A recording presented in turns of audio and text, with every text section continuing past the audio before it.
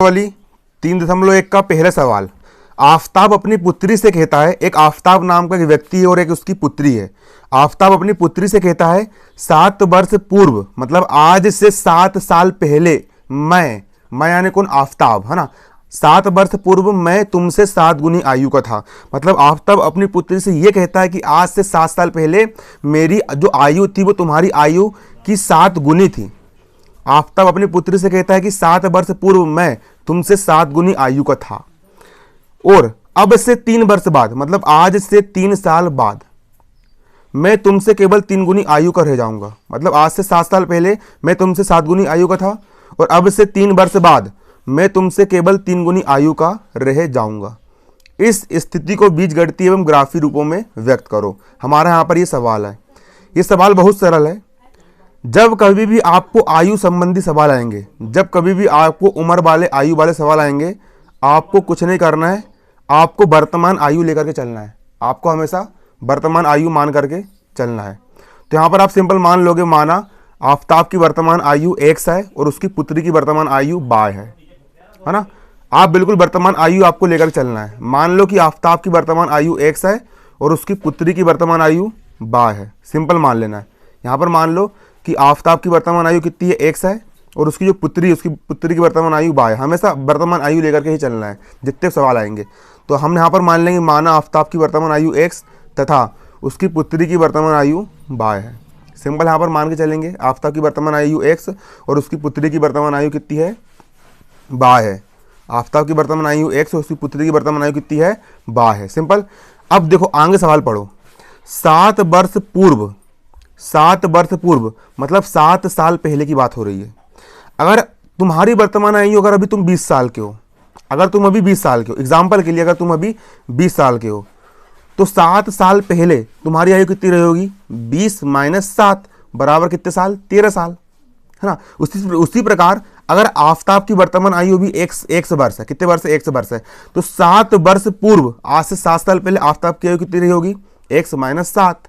उसी प्रकार यदि उसकी पुत्री की वर्तमान आयु भी 22 वर्ष है, तो 7 वर्ष पूर्व उसकी पुत्री की वर्तमान आयु कितनी रही होगी? 22 - 7 रही होगी। 22 - 7 रही होगी। अब देखो यहाँ पर सवाल जो बोल रहा है प्रश्न के अनुसार हम जमाएंगे। यहाँ पर प्रश्न अनुसार जमाना सीखो। 7 वर्ष पूर्व मैं, आफताब बोल रहा है, मैं मतलब आफताब तुमसे 7 गुनी आयु का था। 7 वर्ष पूर्व, यहाँ पर सीखो, 7 वर्ष पूर्व आफताब की जो आयु थी, 7 वर्ष पूर्व आफताब की आयु, उसकी पुत्री की आयु, 7 साल पहले वाले उसकी पुत्री की आयु, 7 वर्ष पूर्व आफताब की आयु, है ना। यहाँ पे लिख दी 7 वर्ष पूर्व आफताब की आयु, उसकी पुत्री की आयु, उसकी पुत्री की आयु की 7 गुनी। 7 गुनी मतलब 7 का गुणा। यहाँ पर मैंने 7 का कर दिया, गुणा कर दिया, कोष्टक लगा दिया, मतलब क्या होगा? 7 का गुणा। 7 वर्ष पूर्व मैं तुमसे 7 गुनी आयु का था। जमाना सीखो। 7 वर्ष पूर्व मैं मतलब आफताब तुमसे मतलब उसकी पुत्री से कितनी गुनी? 7 गुनी आयु का था। यहाँ पर हो गया गुणा। अब सिंपल यहाँ पर आपको 1 ऋण 7 का 1 ऋण 7 बराबर का बराबर 7 गुणा पूरे कोष्टक हो जाएगा। 7 × y बराबर 7y, ऋण का ऋण 7 × 7 सती 49। अब देखो x ऋण, अब बराबर किस तरफ, जब इसको हम पक्षांतर करके इस तरफ लेकर के जाएंगे, x का x, 7y इस तरफ, धन का इस तरफ आकर के ऋण का हो गया, ऋण 7 का ऋण 7 और 49 इस तरफ ऋण का था, इस तरफ आकर के धन का हो गया। पक्षांतर करते चिन्ह उलट जाते हैं। ये धन वाला इस तरफ आकर ऋण वाला हो जाएगा और ऋण वाला इस तरफ आकर के धन वाला हो जाएगा। बराबर 0 का बराबर 0। x का x, ऋण 7y का ऋण 7y, 49 धन का है, 7 ऋण का है। जब एक संख्या धन वाली होती है, एक संख्या ऋण वाली होती है, तो बड़ी संख्या में छोटी संख्या घट जाती है और बड़ी संख्या के सामने का चिन्ह आता है। तो 49 में 7 घटा देंगे तो यहाँ पर बचा हमारा 42 और 42 के सामने बड़ी संख्या यहाँ पर 49 है। 49 के सामने यहाँ पर धन लगा है तो 42 के सामने भी यहाँ पर धन लगा रहेगा। बराबर का 0 का बराबर 0। ये हो गया हमारा समीकरण 1। अब हमको इस समीकरण के हल ज्ञात करना पड़ेगा। हल ज्ञात करना बहुत सरल होता है। x का कोई भी एक मान ले लो, है ना। x का कोई भी एक मान ले लो तो आपके हल, आपका आराम से y का मान निकल जाएगा और वो आपका पहला हल हो जाएगा। हल ज्ञात करना बहुत सरल है। इसको मैंने समीकरण 1 नाम दे दिया और हम यहाँ पर मान के चलेंगे। माना समीकरण 1 में x का मान 0 लेने पर, हम यहाँ पर समीकरण 1 में x का मान कितने ले लेंगे? समीकरण 1 में x का मान 0 ले लेंगे। समीकरण 1 में हम यहाँ पर x का मान 0 रख देंगे। x का मान 0 लेने पर तो देखो यहाँ पर मैंने x के स्थान पर 0 ले लिया, x की जगह मैंने यहाँ पर 0 ले लिया। ऋण 7y का ऋण 7y, धन 42 का धन 42 बराबर का 0 का बराबर 0।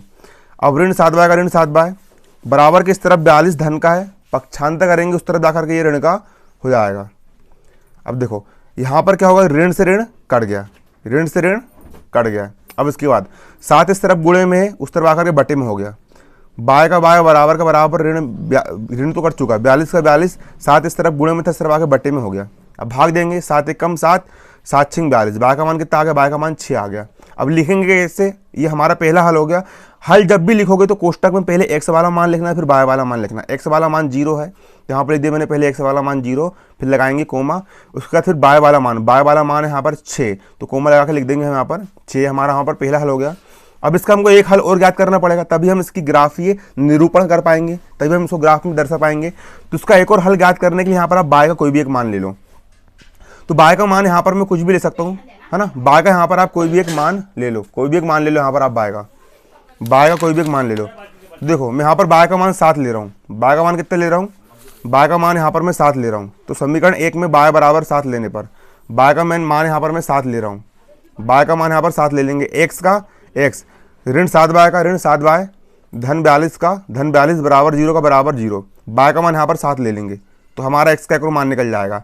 एक्स का एक्स, ऋण का ऋण 7 का 7 बाय का मान हम यहाँ पर कितना लेंगे, बाय का मान हम यहाँ पर 7 लेंगे, तो बाय का मान यहाँ पर ले लेंगे, गुणा करके यहाँ पर लिख देंगे हम 7, धन का धन 42 का 42 बराबर का बराबर 0 का 0।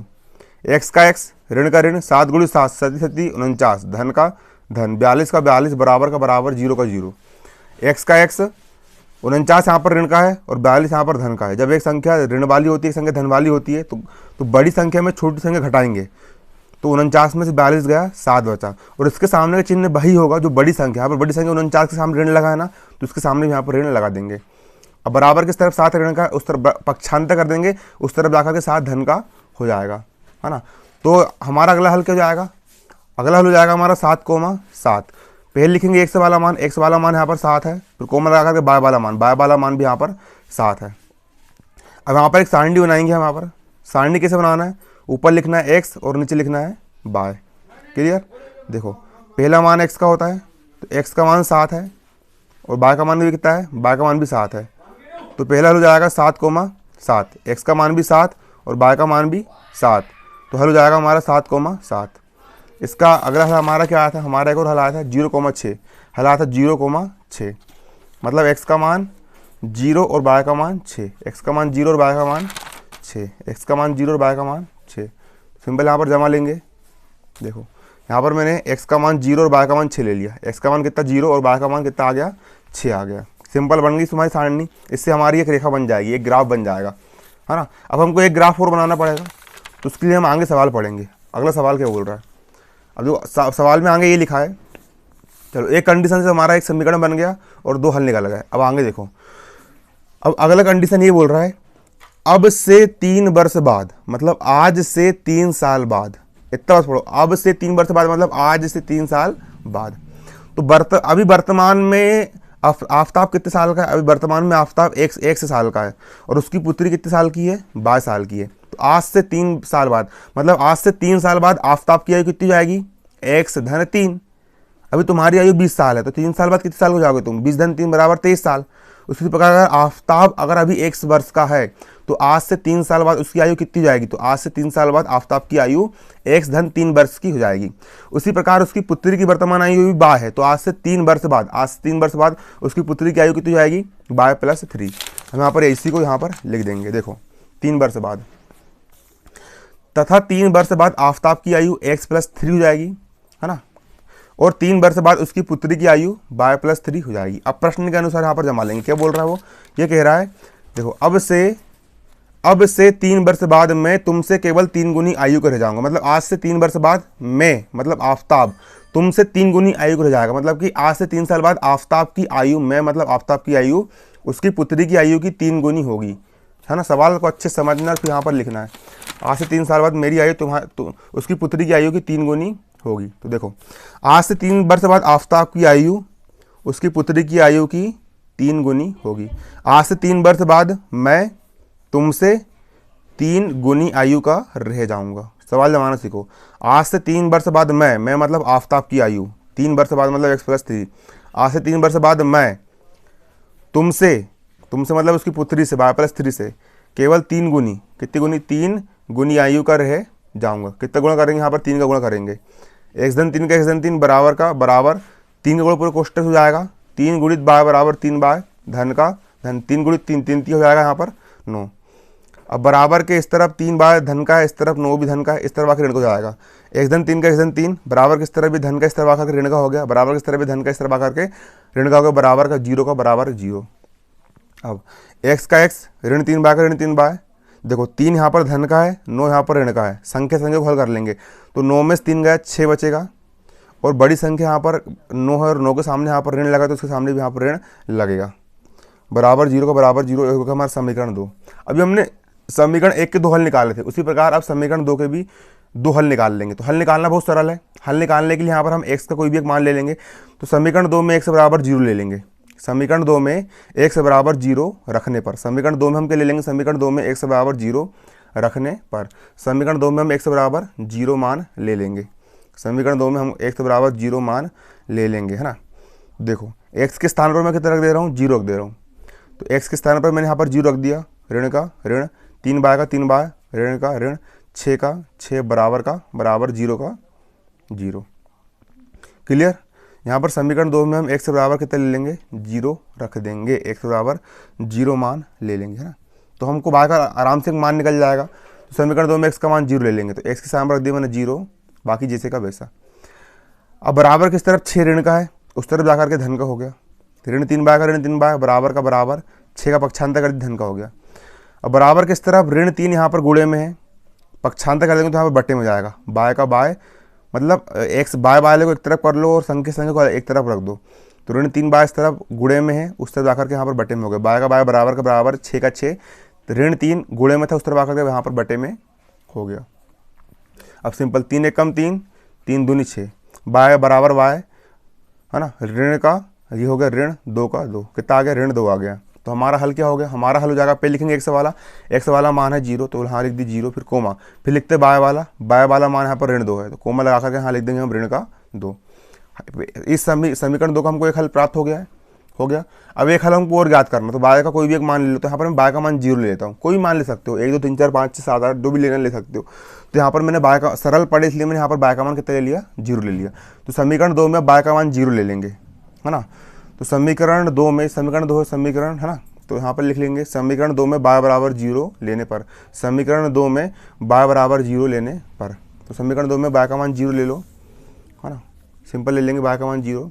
x का x ऋण का ऋण 3 बाय का 3 बाय ऋण 6 का बराबर 0 का 0, x का x ऋण का ऋण 3 का 3, बाय का मान कितना ले लेंगे 0, तो बाय की जगह रख दिया मैंने यहाँ पर 0, ऋण 6 का ऋण 6 बराबर का बराबर 0 का 0, x का x ऋण का ऋण 3 गुणित 0 3 शून्य 0, ऋण का ऋण 6 का ऋण 6 बराबर 0 का 0।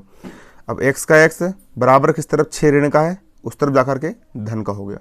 क्लियर। तो अगला हो जाएगा हमारा, पहले लिखेंगे x वाला मान है 6 और बाय का मान हमने कितने लिया था, तो यहाँ पर देख लो आप लोग, बाय का मान हमने यहाँ पर 0 लिया था, है ना, तो 6,0 हो जाएगा। अब उसी प्रकार इसको भी हम यहाँ पर सारणी बना के लिख देंगे, 60 डिब्बा बनाना है, ऊपर लिखना है x और नीचे लिखना है बाय, है ना। सिंपल, x का मान कितना है, x का मान है 6, तो बाय का मान 0, तो बाय का मान 0, x का मान 6 तो बाय का मान 0। इसी प्रकार इसका अगला हल था 0, ऋण 2, x का मान 0 और बाय का मान ऋण का 2।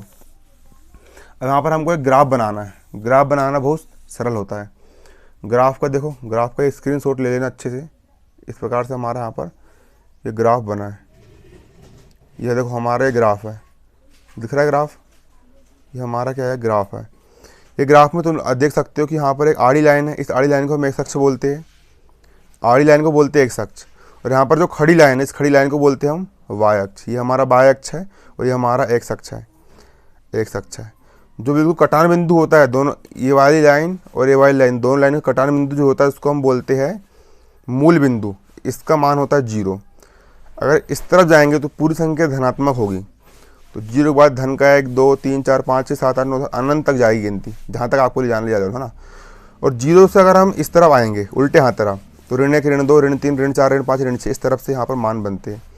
उसी प्रकार अगर 0 से ऊपर जाए तो धनात्मक संख्या है, 1 2 3 4 5 7 8 9 ऊपर आ जाएगा ना, और 0 से नीचे आए तो ऋणात्मक संख्या, ऋण 1 ऋण 2 ऋण 3 ऋण 4 ऋण 5 ऋण 6 है ना, उसको बोलते, ये बाय अक्ष है, ऊपर रहेगा धनात्मक के लिए बाय और ऋणात्मक के लिए बाय डैश, ये एक्स अक्ष है, धनात्मक के लिए एक्स और ऋणात्मक के लिए एक्स डैश, है ना, क्लियर।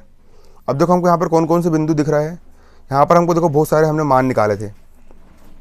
पहला मान था हमारा एक्स बराबर, पहला बिंदु था हमारा 0,6, 0,6 मतलब कि एक्स बराबर 0 और बाय बराबर 6, यही था हमारा पहला बिंदु, एक्स बराबर 0 बाय बराबर 6।